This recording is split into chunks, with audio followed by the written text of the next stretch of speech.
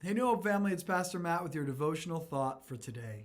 In Jeremiah chapter 29, the prophet writes, "For I know the plans I have for you, declares the Lord, plans for welfare and not for evil, to give you a future and a hope. Then you will call upon me and come and pray to me, and I will hear you.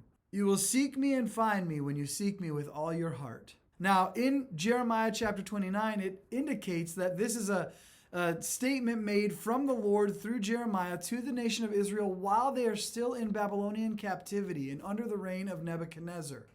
So while they are held captive in Babylon and being in an environment that is contrary to everything else that they love and know, they've been exiled there as a consequence ultimately of their sinfulness, and this is what the Lord has allowed to take place to them in that time.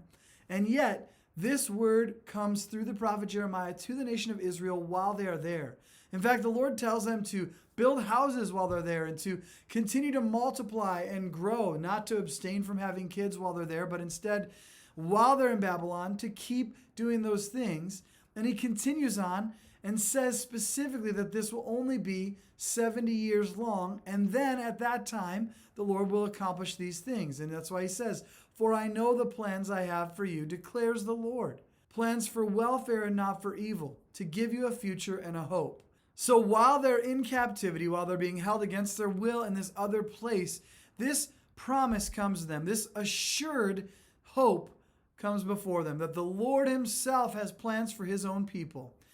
So while they're in this turmoil, they can cling to that hope. And not just that, not only does he promise that he has plans for them that are plans for welfare, or actually it's the word shalom, which is peace, and not evil. It's plans for their peace, for their welfare, for that which is good, and not for them to receive evil. But not just that, he also goes on to say, "Then you will call upon me and come and pray to me, and I will hear you.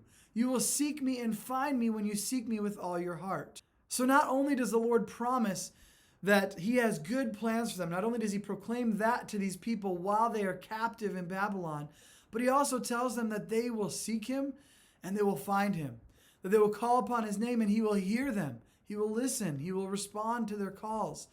And this is to the people who, again, previously had been obstinate against him, had disregarded his commands, had disregarded his great love for them, and had chosen to do their own thing and now found themselves exiled in Babylon.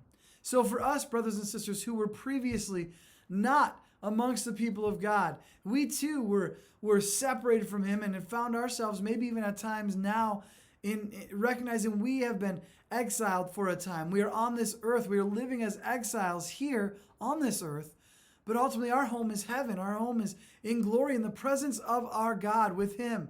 And eventually, the new heavens and the new earth in the new Jerusalem that the Lord himself will bring down out of heaven. That's what awaits all of us. And in the meantime, we might find ourselves discouraged and struggling. May we recognize that this promise that is given to the nation of Israel is one that we also can take great confidence in, that our Lord treats us in the same way. When we turn to him, he hears us. When we call upon his name, because of the work of Jesus, our God hears us and listens to our cries. And when we seek our Lord, we can be assured that he will reveal himself to us, that we will find him as we seek him with all of our heart. May we strive to do just that. Whatever challenges we're faced with, whatever difficulties we're seeing before us, may we seek the Lord first and foremost and watch how he works